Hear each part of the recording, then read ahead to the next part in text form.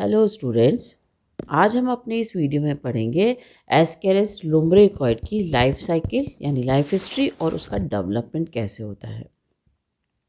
Ascaris लुम्ब्रिकॉइड जो है वो मनुष्य का आंत का परजीवी होता है और ये बड़ों से ज़्यादा छोटे बच्चों के अंदर जो है वो ज़्यादा संख्या में पाया जाता है। ज़्यादा सामान्य रूप से जो है छोटे बच्चों में ये ज़्यादा पाया जाता है और ये विश्वव्यापी होता है, यानी भारत, चीन, कोरिया, फिलीपींस सब जगह जो है वो ज़्यादा जो है वो पाया जाता है।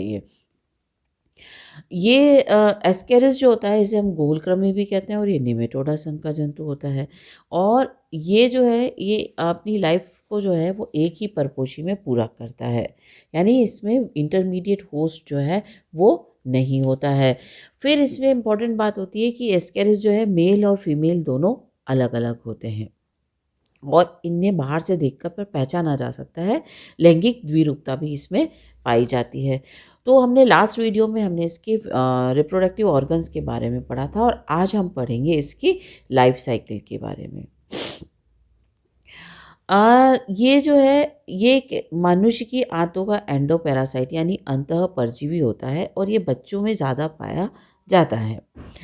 इसके अलावा ये कभी कभी शेप, पैग, कैटल्स इनमें भी पाया जाता है और ज़्यादातर ये स्मॉल इंटेस्टाइन के अंदर रहता है और वहाँ से ये सेमी डाइजेस्टेड फूड जो है वो होस्ट से इसको प्राप्त हो जाता है, इसलिए इसकी एलिमेंट्री कैनाल जो होती है वो बहुत कम विकसित होती है। ये इसका एक अडेप्टेशन होता है।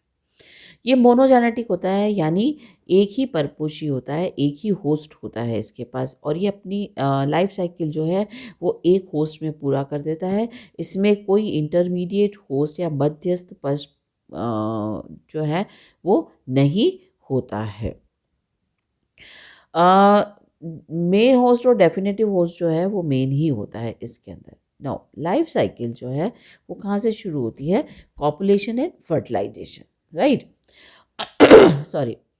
अब इसका जो कॉपुलेशन होता है वो मनुष्य की जो इंटेस्टाइन जहाँ पे ये रहता है ज़्यादातर, राइट, वहाँ पर होता है और वहीं पर जो इंटेस्टाइन में जो है वो इसके एडल्ट होस्ट जो हैं जो क्रमी प्रौढ़ अवस्था में पाए जाते हैं वो वहाँ पर पाए जाते हैं। सॉरी। कॉपुलेशन के टाइम पे मेल जो है वो अपने आप को इस तरह से ओरिएंट करता है, उससे फीमेल की बॉडी के राइट एंगल पर ले आता है, यानी समकोण पर ले आता है, राइट ना, राइट एंगल समकोण पे ले आता है और इस तरह से ले आता है क्योंकि फीमेल जो होती है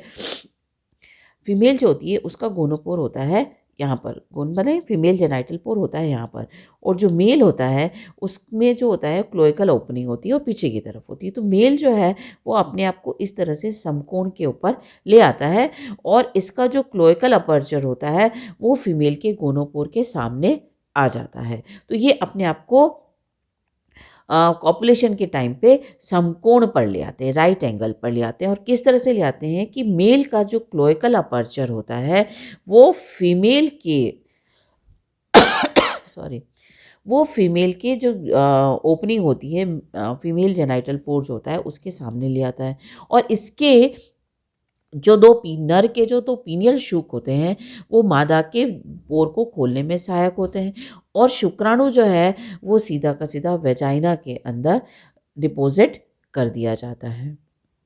और फर्टिलाइजेशन कहाँ होता है? जो ओविडक्ट होती है उस ओविडक्ट के अंतिम सिरों के ऊपर जो है वो फर्टिलाइजेशन होता है और जब फर्टिलाइजेशन के बाद ही उसके अंदर द्वितीय परिपक्वन विभाजन होता है। किसमें? अंडाणु में जो द्वितीय परिपक्वन विभाजन होता है, यानी जब मियोसिस होता है तो सेकंड मियोसिस जो है वो फर्टिलाइजेशन के बाद में होता है। तो अगर हम स्ट्रक्चर देखें एग का तो अनफर्टिलाइज्ड एग जो होता है वो इस तरह का दिखाई देता है और जब फर्टिलाइज हो जाता है एग तो वो इस तरह का दिखाई देता है, राइट। अब जो एग्स जो होते हैं वो होस्ट की इंटेस्टाइन के अंदर डिपॉजिट हो जाते हैं और फिकल मेटल के साथ वो बाहर निकल जाते हैं। अब फीमेल एस्केरिस जो होती है वो 2 लाख अंडे रोज़ देती है। इतनी संख्या में अंडे देने का कारण होता है कि वापस से सेकेंडरी होस्ट में वो कब पहुंच पाएगा इसकी गारंटी नहीं होती है। तो ये इसका एक अडेप्टेशन होता है। जब वो फीकल मेटल से पास होते हैं, डेवलपमेंट जो है वो डिपेंड करता है किसके ऊपर, वहाँ पर ऑक्सीजन कितनी है, मॉइस्चर कंटेंट क्या है और टेम्परेचर क्या है। हाई टेम्परेचर और मॉइस्चर नहीं है और ऑक्सीजन सप्लाई जो है वो होस्ट इंटेस्टाइन में नहीं होती है, इसलिए फर्टिलाइज एग जो है वो वहाँ पे फर्दर डेवलपमेंट उसका नहीं होता है। अब जब जाइगोट बन जाता है, जब ये जाइगोट बन गया, फर्टिलाइज्ड एग हो गया, तो जब फर्टिलाइज्ड एग होता है या तो वो राउंड शेप में होता है या ओवल शेप में होता है, और इनकी जो साइज़ होती है वो 50 to 84 micrometre by 45 to 67 micrometre इसकी जो है वो साइज़ होती है। अब जो निषेचन से पूर्व जो अंडाणु था उसमें ग्लाइकोजन और वसा की कणिकाएं होती है, और निषेचन के बाद जो ग्लाइकोजन होता है वो कणिकाएं बाहर की सतह पर आकर के फर्टिलाइजेशन मेम्ब्रेन बना लेती है, और फर्टिलाइजेशन मेम्ब्रेन जो होती है वो एक कठोर हो जाती है और बाहर की तरफ, इसको हम बड़ा कर दें, राइट, बाहर की तरफ आकर के ये काइटिनियस लेयर बना देती है, शेल बना देती है, और इसके बाद जो वसा कणिकाएं होती है वो इस कवच के नीचे एक लाइपोइड लेयर जो है वो बना देती है, राइट। ये दिस जो इधर से ये ब्राउन वाली जो है ये काइटिनियस लेयर हो गई, और इसके नीचे जो है वो कौन सी लेयर हो जाती है, लाइपोइड लेयर हो जाती है। और जैसे ही निषेचित अंडा या जाइगोट जो है वो यूट्रस के दूरस्थ सिरे की ओर गति करता है, गर्भाशय की जो भित्ति होती है उसके चारों ओर, किसके, जाइगोट के चारों तरफ एक एल्बुमिनियस कोट बना लेती है, और इसकी सतह जो होती है वो लहरदार होती है, राइट। इसे हम क्या बोलते हैं, यूटेराइन लेयर बोलते हैं। अब जब ये पूरा अंडा जब इस शेप में हो जाता है तो इसकी शेप हो जाती है, साइज़ हो जाती है, वो अंडा दीर्घवृत्तीय हो जाता है, यानी ओवल शेप में हो जाता है, और 60 टू 70 माइक्रोन तक लंबा होता है और 40 टू 50 माइक्रोन तक चौड़ा हो जाता है। मादा एक्सेस के लिए जैसा हमने कहा था कि मतलब इसके जो यूट्रस होता है उसमें 270 लाख अंडे होते हैं और 2 लाख अंडे रोज़ बनते हैं। ये अंडे जो हैं वो गर्भाशय से मादा जनन रंध्र द्वारा परपोषी की आंत में आ जाते हैं और परपोषी के मल के साथ बाहर आ जाते हैं, और इसमें जो कवचधारी अंडे हैं वो प्रतिरोधी होते हैं प्रतिकूल परिस्थितियों में, और ये कई सालों तक वहाँ पर इस स्थिति में जिंदा रह सकते हैं। परपोषी से में डेवलपमेंट नहीं होता है क्योंकि शरीर का तापमान, नमी और ऑक्सीजन नहीं होती है, तो इसलिए इसे शरीर के बाहर निकलना ही होता है। जब ये होस्ट से बाहर आ जाता है तो इसमें शुरू होता है क्लीवेज और डेवलपमेंट शुरू होता है। इसका क्लीवेज जो होता है, जो विदलन होता है, वो स्पाइरल होता है, सॉरी, राइट, विदलन जो है वो स्पाइरल होता है, और डिटरमाइन, स्पाइरल मतलब सर्पिल होता है, डिटरमाइन का मतलब होता है निर्धारी होता है।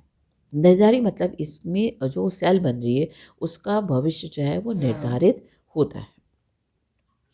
अब जब इसमें प्रथम विभाजन होता है, फर्स्ट डिवीजन जो होता है वो होता है ट्रांसवर्स, तो इस तरह से इसमें 2 सेल बन जाती है, राइट। पहली सेल जो है वो 2 सेल बन जाती है। पहला जो डिवीजन होता है वो कौन सा होता है, और कितनी सेल बन जाती है, 2 सेल स्टेज बन जाती है, 2 सेल बन जाती है, एक डॉर्सल सेल बनती है और एक वेंट्रल सेल बन जाती है। तो जो डॉर्सल सेल होती है उसे हम AB लिखते हैं, और जो वेंट्रल सेल होती है उसे हम लिखते हैं, बेसल सेल या वेंट्रल सेल जो होती है उसे हम लिखते हैं P1। तो इस तरह से पहले डिवीजन के बाद पहला डिवीजन होता है ट्रांसवर्स, ठीक है, और उस ट्रांसफर डिवीजन से इसके अंदर 2 सेल बन जाती है, एक बनती है पृष्ठ कोशिका और दूसरी बनती है आधारी कोशिका। अब जो पृष्ठ कोशिका डोर्सल सेल होती है उसमें एक डिवीजन होता है, उसमें 2 सेल बन जाती है, A और B। एक पोस्टीरियर सेल होती है और A वाली जो होती है उसे हम कहते हैं एंटीरियर सेल, और B वाली जो होती है उसे हम कहते हैं पोस्टीरियर सेल।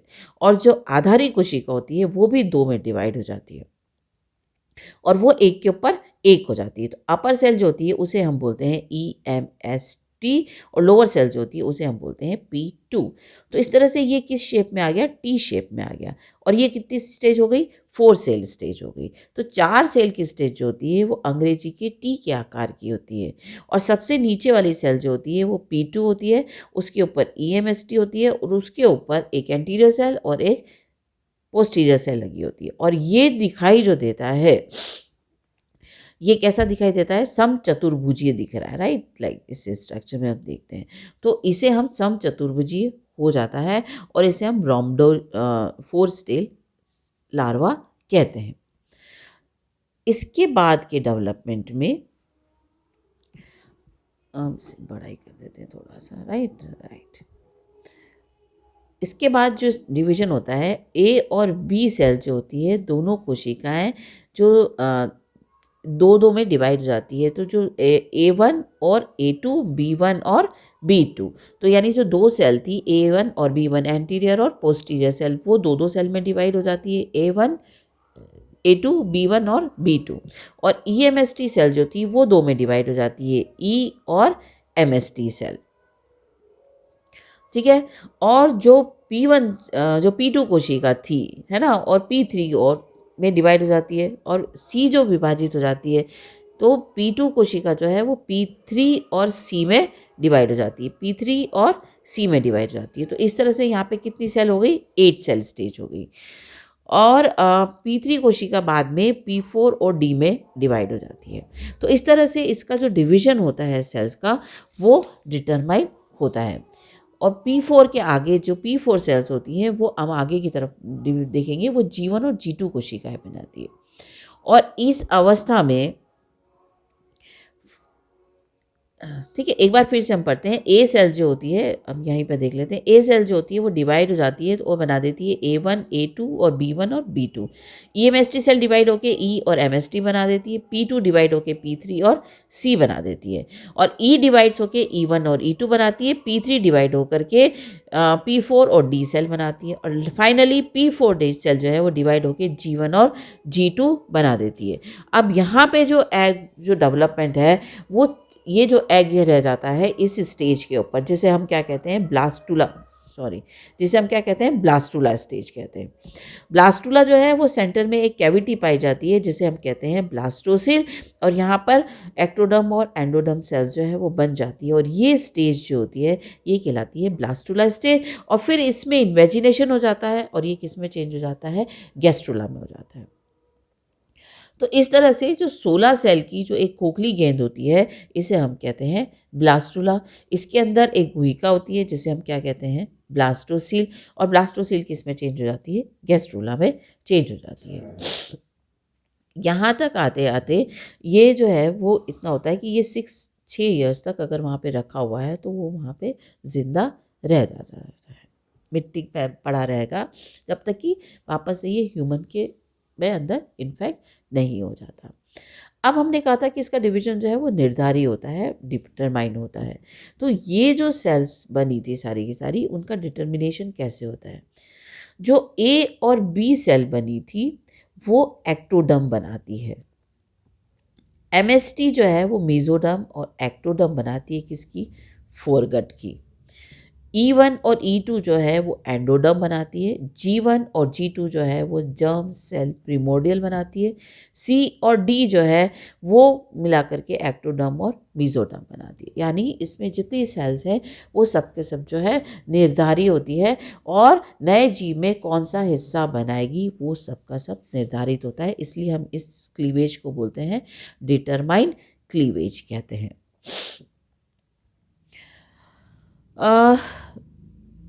ये जो होता है ये रेप्टाइड से रिलेटेड होता है। निमेटोड जो होता है जो सॉइल में पाया जाता है, इसलिए हम इसे रेप्टाइड ज्वेलाइन फॉर्म भी कहते हैं। ये लार्वा फर्स्ट स्टेज होता है और ये नॉन इन्फेक्टिव होता है। अगले एक हफ्ते के अंदर इसमें मोल्टिंग हो जाती है, और एग शेल जो है वो सेकेंड स्टेज रेप्टाइड which is capable of infecting the host, उसमें चेंज हो जाता है। सुटेबल कंडीशन में मॉइस्चर, ऑक्सीजन और टेम्परेचर बराबर होता है तो इन्फेक्टिव एग्स जो है वो वाइबल हो जाता है, कितने साल के लिए, 6 साल के लिए। तो ये वाला जो स्टेज है वो कौन सा है, इन्फेक्टिव स्टेज होता है। क्योंकि इसमें कोई दूसरा परपोषी नहीं होता है। मनुष्य अगर दूषित भोजन और जल के साथ दूषित गजन ग्रहण करता है तो द्वितीय अवस्था जो रेप्टाइड लार्वा है वो एस्केरिसंडे प्राइमरी ये वाला जो स्टेज है वो इन्फेक्टिव स्टेज नहीं है। ये स्टेज जो होती है जो एम्ब्रियोनिक एग है जिसके अंदर रेप्टाइड लार्वा है वही इन्फेक्टिव स्टेज होती है और उसी से संक्रमण होता है। ये फिर से छोटी आंत में पहुंच जाता है और छोटी आंत में पहुंचने के बाद अंडे का कवच जो है वो गल जाता है और किशोर जंतु जो है वो बाहर आ जाते हैं। नाउ अब क्या होता है इसके अंदर इंटरमीडिएट होस्ट है नहीं, एस्केरिस वापस से ह्यूमन में पहुंच गया। दो तरीके से पहुंचता है कि या तो हम सीधे एस्केरिस के एग जो है सेकंड स्टेज लार्वा होना चाहिए। वो किससे पहुंचता है? कंटामिनेटेड फूड और वाटर से। अगर आपने हैंड वॉश अच्छे से नहीं किया तो सब चीज़ें जो है वो अपने अंदर पहुंच जाएगी। आफ्टर इंजेक्शन जब हमने उस एग को खा लिया जो इसके अंदर सेकेंड जो स्टेज थी और इन्फेक्टिव स्टेज थी, वहाँ से आकर के जब ये जूस में जाता है, जब डाइजेस्टिव जूस इंटेस्टाइन में पहुँचता है तो इसके ऊपर का जो कवच होता है इसको थोड़ा सा बड़ा कर देते हैं, राइट। सेकेंड स्टेज जो लार्वा होता है जब जाता है तो इसके ऊपर का जो कवच है जो इंटेस्टाइन के जो एंजाइम्स हैं वो कवच जो है वो गल जाते हैं और जो द्वितीय अवस्था में लार्वा था या किशोर जंतु था वो अंडे से बाहर आ जाता है। अब क्या होता है जब ये अंडे से बाहर आता है, बाहर आते के समय किशोर जो ज्वेलाइन जो लार्वा है वो 0.25 से 0.3 m लंबा होता है और 13 माइक्रोन से 15 माइक्रोन व्यास का होता है। ये बहुत जल्दी से थ्रेसिंग मूवमेंट करता है और आंत की उपकला जो होती है, जो हमारे आंत की उपकला है उसको छेद करके परपोषी के होस्ट की बॉडी के अंदर आ जाता है। अब जब ये होस्ट की बॉडी के अंदर आता है तब ये क्या करता है, राइट, होस्ट की बॉडी के अंदर आने के बाद ये हिपेटिक पोर्टल वेन से ये लीवर में चला जाता है। कहाँ चला जाता है? लीवर में। किससे जाता है? यकृत निवाहिका शिरा से लीवर में चला जाता है और जहाँ से ये पोस्ट केवल नेवा द्वारा ये कहाँ पहुँच जाता है? हृदय में पहुँच जाता है। कहाँ पहुँच जाता है? हार्ट में पहुँच जाता है। हार्ट से ये जो पल्मोनरी आर्टरी होती है उससे ये लंग्स में पहुंच जाता है। तो कहाँ से? इंटेस्टाइन से चला, लीवर में पहुंचा, लीवर से हार्ट में गया और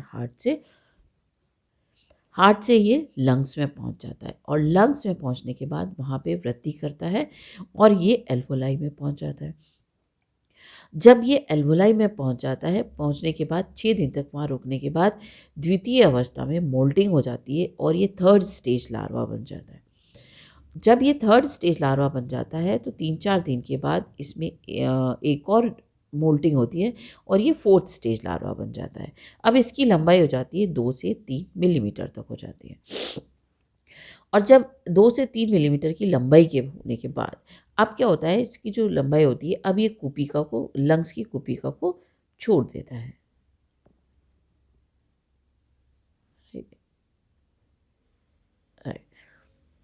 हाँ, अब ये क्या करता है, लंग्स की कुपिका जहाँ पे इसका एल्वोलाई का डेवलपमेंट हो गया, फोर्थ स्टेज आ गई, 2 से 3 मिलीमीटर तक हो जाता है, यहाँ से छूट जाता है और ये श्वसन नली से होता हुआ, फेरिंग्स से होता हुआ वापस से कहाँ पहुँच जाता है? आहार नाल में पहुँच जाता है और आहार नाल में पहुँच करके ये आंत में आ जाता है।